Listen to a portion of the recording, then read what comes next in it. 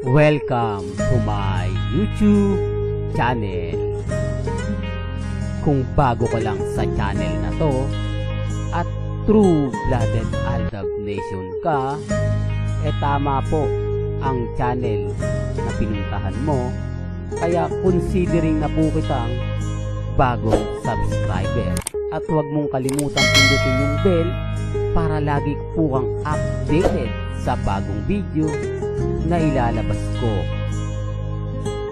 Salamat po sa iyong pag-click sa channel na to.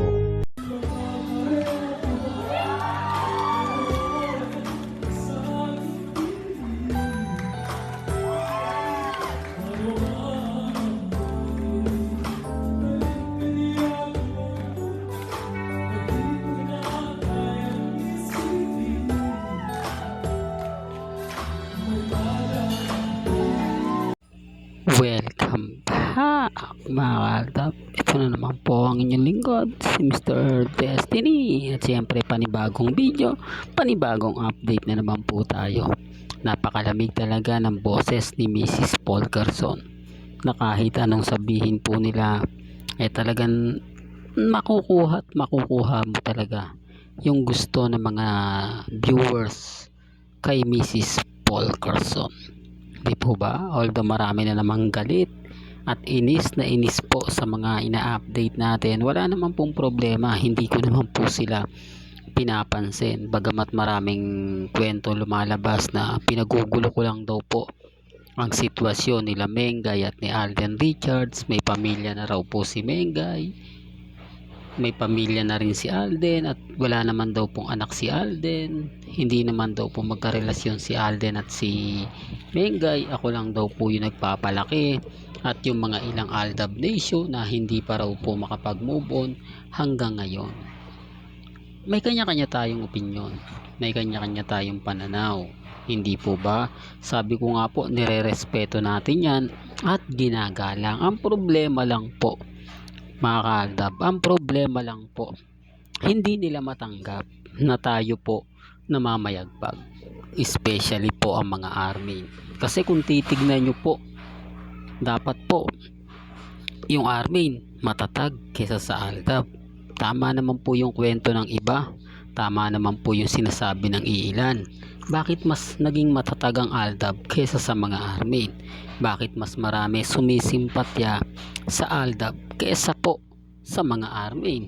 Kung titignan nyo naman po, wala na nga po talagang Aldab, at iilan na lang daw po ang membro ng Aldab. Ay yung iba nga po daw namayapa na, at yung iba natanggap na nga po raw na wala na po si Mengay at si Alden.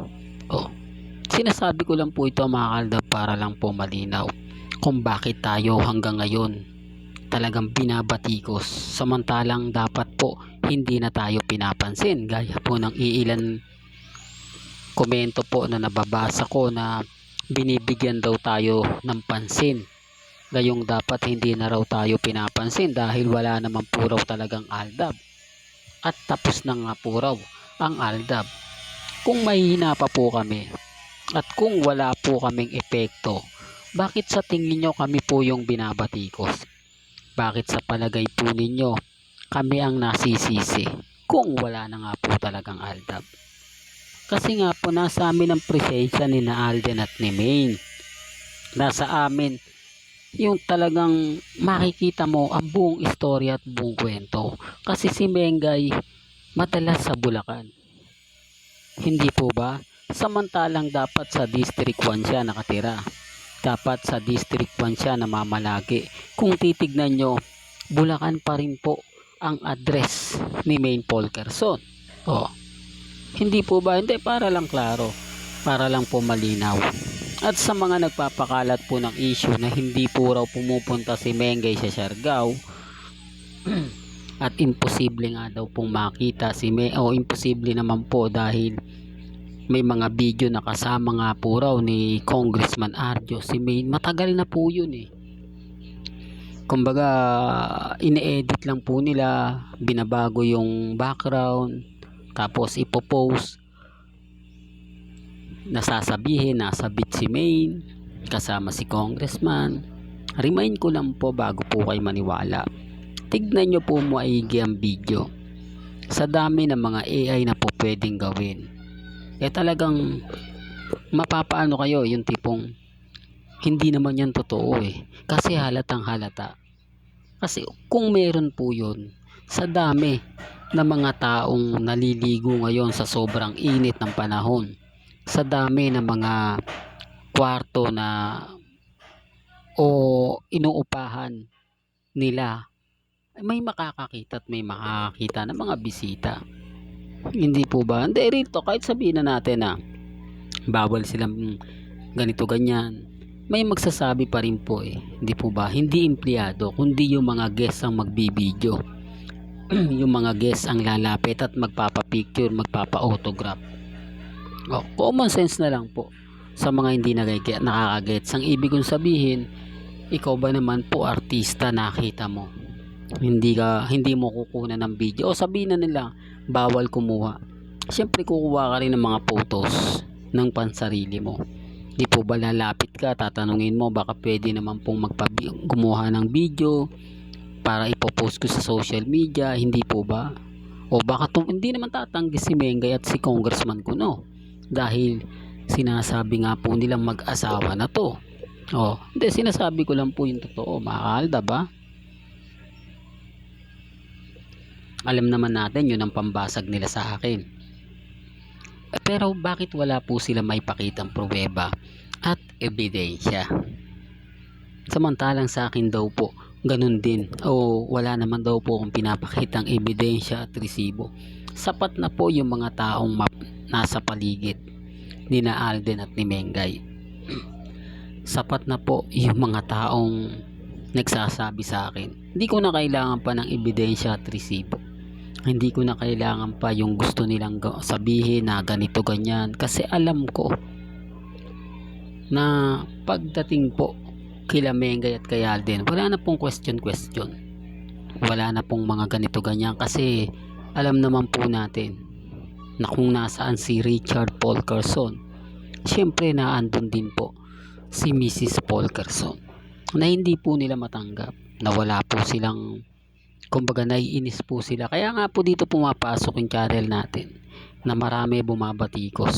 Sabi ko nga, kung yung channel natin wala nang pumapansin, okay lang naman po, pero bakit tayo po yung nakukuna ng yung tipo, tayo po yung laging napapansin, tayo yung inaabangan, tayo yung tinitignan?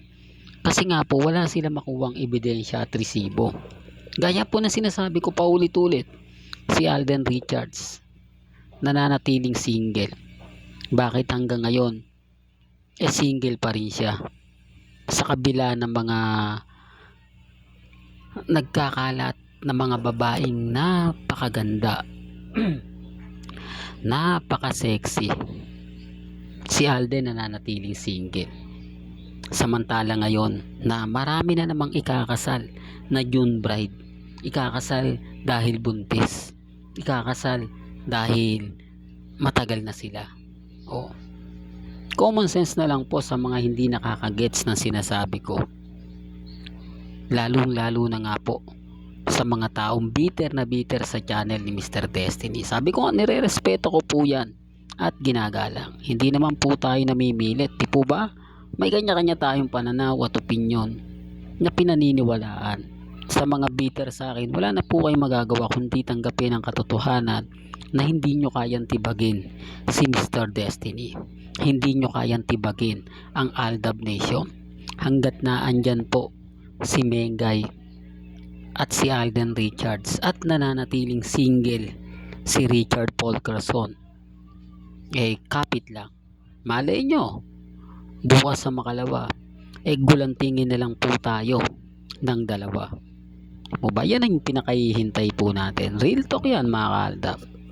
Hanggang dito na lang po ang ating latest updates. Kaya kung gusto nyo pa po ng pinaka-latest at sariwang update, abay tumutok lang po kayo dito po sa channel ni Mr. Destiny para updated po kayo sa mga bago at sa mga latest na i-upload po natin maya-maya lang. Kaya kung bago ka lang sa channel na to at isa kang true-blooded Aldab Nation na nagmamahal kina Mengay at Isoy, tama po ang channel na pinuntahan mo, kaya consider na po kitang bagong subscriber. At huwag mong kalimutang i-share ang mga video po natin sa mga mami, sa mga titas at sa mga senyor. Hanggang sa muli, salamat po sa panonood at pakikinig.